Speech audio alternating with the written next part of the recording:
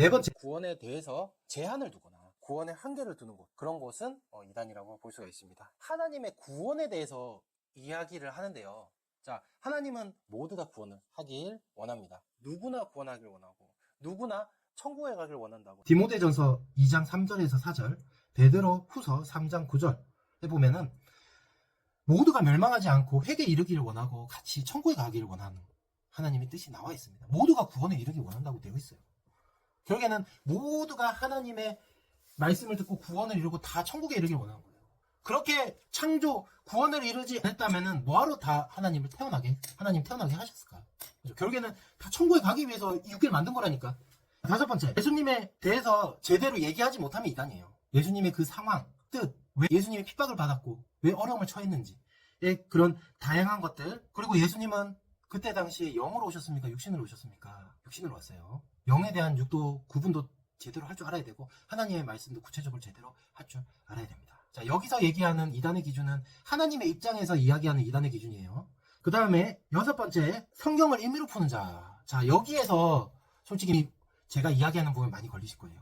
근데 저 얘기할 때 어떻게 이야기하죠? 성경으로 이야기하고 예수님 시대 때 두고 이야기하고 그때 시대 상황에 따라서 맞춰서 이야기하고 현실 상황에 맞게끔도 이야기합니다. 근데 이렇게까지 이야기하는데 이거를 다르다라고 이야기하면은 저는 할 말이 없는 거죠. 근데 여기서 이야기하는 건 뭐냐면 성경을 임의로 푸는 자를 이야기하는 거예요. 어떠한 근거가 되는 것도 없이 그냥 내가 봤을 땐 이건 이런 거야 라고 임의로 푸는 자를 이야기하는 겁니다. 성경의 말씀이 있잖아요. 비유와 묵시의 말씀이고요. 그때 당시의 시대적 상황을 다 봐야 되는 말씀이고 함축적으로 들어가 있는 말씀이고 하나하나 다 구체적으로 뜯어봐야 되는 말씀이에요. 6천년의 기간 동안 함축적으로 이야기했단 말이죠. 6천년의 기간 동안 책 하나에 다 넣어야 된다고. 근데 그거를 그냥 다 풀어서 넣어요? 그럴 수가 없잖아요. 그럼 결국에는 뭐예요?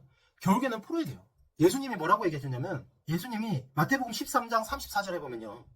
예수님도 얘기했어요. 비유가 아니면 이야기하지 않겠다 얘기했어요. 그러면 내가 말씀을 제대로 알아야 돼. 그럼 뭐 어떻게 해야 돼요? 풀어야 되잖아요.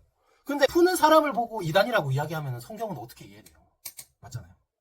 성경을 제대로 이해하려면 결국에는 푸는 과정이 필요하다니까. 근데 아예 풀지를 못하게 해버리면은 하나님을 어떻게 하고 그때 당시 예수님을 어떻게 이해할 거냐고요. 그때 천지창조도 봐요. 천지창조도 7일 동안 창조했다고 그래요. 근데 7일 동안 창조했을까요? 과학적으로 안 맞거든요. 그거 풀어야 되거든요.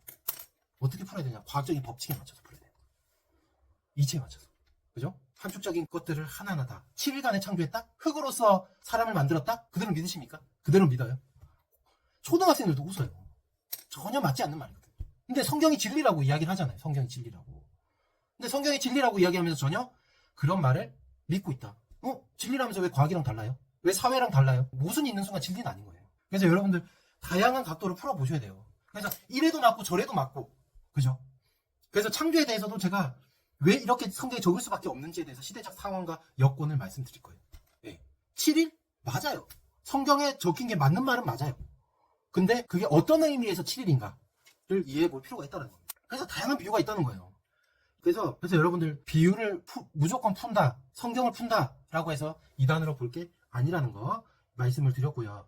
자, 그래서 그러면 이 성경이 어떻게 풀었을까? 어떤 성경 한쪽에 비유가 있어요. 그 비유가 있으면 다른 한쪽에 해답이 있어요. 그거에 대한 이걸 이렇게 풀라라고 하는 성경의 답이 나와 있는 성경 구절이 있어요. 근데 그게 여기 1페이지에 있다고 해서 2페이지에 있는 게 아니라 막 1페이지에 있는데 요한계시록 저 끝에 답이 있는 것도 있고 그다음에 가운데 문제가 있는데 처음에 답이 있는 것도 있고 이렇게 뒤죽박죽 섞여 있다는 겁니다.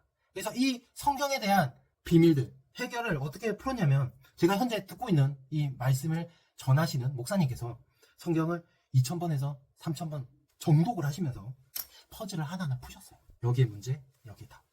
아시겠죠? 그리고 이것뿐만이 아니고 기도 받으면서 시대적 상황 계시를 받고 그때 당시에 책도 봐야겠죠. 그때 당시에 자료들도 보면서 문제들을 하나하나 풀어서 말씀을 정했다는 겁니다. 자, 그래서 이게 임의로 푼 게 아니죠. 임의로 풀 수가 없어요. 임의로 풀어가지고 내가 말씀을 전했다. 말씀 전한 자 심판받아야 돼요. 심판이 그 어떤 것보다 정말 강력하고 무섭고 이런 거를 말씀을 전하는 분이면 당연히 알 거 아니에요. 함부로 말씀 전할까요? 함부로 말씀 전 못 전해요. 내 목숨이 달린 거기 때문에. 그리고 내 말씀으로 인해서 전체적으로 퍼질 거기 때문에 함부로 말씀을 전할 수가 없습니다. 그리고 우리가 7번째 뭐냐면 말씀을 전할 때 여기 이 교회는 어떤 한 사람이 중심적으로 말씀을 전하네. 근데 이거를 이단으로 치부하시면 안 돼요. 왜냐면 성경에서도 그 시대 대표자가 말씀을 전했습니다. 앞에서 얘기했지만 다윗, 모세, 예수님 시대에 말씀을 전한 사람이 있다면 그 사명자 한 명이 전하겠죠. 두 명이 전하면 어떻게 되죠? 말씀이 혼란스럽게 되죠. 통일성도 없어지고 결국에는 말씀이 뿌리에서 내려와서 싹 전파하게 되는 거죠. 그런 원리입니다. 그래서 그런 중심 인물에 대한 말씀도 있어요. 다음 강의에 또 뒤에 강의에 또 있으니까 그런 부분들도 깊게 들어보시면 될 것 같습니다. 그 시대마다 뽑았다는 얘기입니다. 왜? 여러분 사장님이 한 명이지 두 명이니까요. 대표자는 한 명이에요. 그것을 운영할 수 있는 사람은 한 명이에요. 혹은 한 그룹이 될 수 있겠죠. 그죠? 마음이 맞는 한 그룹. 두 명. 한 명, 두 명. 뭐 이렇게 공동대표 얘기하지만 보통은 뭐예요? 그 맥락은 하나로 이어진다라는 거예요. 한 개로 간다라는 거죠. 성경의 역사도 마찬가지라는 겁니다. 그 다음에 이런 걸 얘기하는 사람이 있어요. 성경 강의 하는데 아니냐고. 여러분 말씀이 어렵습니다. 내가 밖에 세상에서도 내가 생활이 어렵다 힘들다라고 하면은 상담을 가요. 그죠? 동사무소 가서 수급 상담도 하기도 하고 상담센터 가가지고 상담하는데 집단 상담 이런 거 말고요. 전체적으로 우리가 상담을 하고 의논을 할 때는 대체적으로 어떻게 이루어집니까? 1대1로 상담이 이루어져요. 왜? 내 필요한 걸 받아야 되니까. 내가 궁금한 게 뭔지 물어봐야 되니까 1대1로 가잖아요. 근데 1대1로 강의를 한다고 해서 이단이다? 여러분 신앙 상담할 때 목사님과 1대1로 안 하시나요? 하시잖아요. 저도 1대1로 목사님과 상담 많이 합니다. 강의도 많이 하고. 그리고 뭐 문화예술, 문화센터에서 막 문화예술을 한다고 해서 이단이라고 하는 데도 있어요. 여러분 하나님 영광 돌리는데 잘 배워야죠. 문화센터 같은 데 해서 전문적인 강사도 섭외해가지고 멋있게 배워가지고 하늘 앞에 영광 돌리고 하잖아요. 밴드도 배워서 하고. 그런 걸 이단으로 치부한다라는 것 자체가 참 말이 안 되는 겁니다. 오늘은 우리가 일반적으로 생각을 하는 그런 이단에 대해서 뭐 다는 얘기를 못했어요. 다는 이야기를 못했지만 이단으로 일반적으로 세상적으로 보지만 절대 그렇지 않다라는 것을 말씀을 드리기 위해서 이야기를 한 거고 결국에는 그런 판단을 잘못함으로 인해서 예수님이 돌아가신 겁니다. 그죠? 이 시대도 누군가가 될지는 모르겠지만 나의 판단과 나의 생각이 잘못됨으로 인해서 정말 하나님 입장에서는 정통인데 우리의 생각이 이단이라 해가지고 이단으로 치부해버릴 수 있는 그런 경우가 생길 수 있다는 겁니다. 그래서 여러분들 고린도전서 4장 5절 보면 주께서 오시기까지 아무것도 판단치 말라라고 이야기를 하고 있습니다. 그래서 개인적인 나의 생각 이단의 프레임에 절대 남을 평가해서는 안 됩니다. 그죠? 하나님 보시기에 어떠한 말씀으로 들어야 되냐라는 입장으로 여러분들 함께 했습니다. 자, 그래서 새로운 말씀, 차원이 높은 말씀은 항상 접하기 어려워요. 나의 사고의 틀을 깨야 되고요.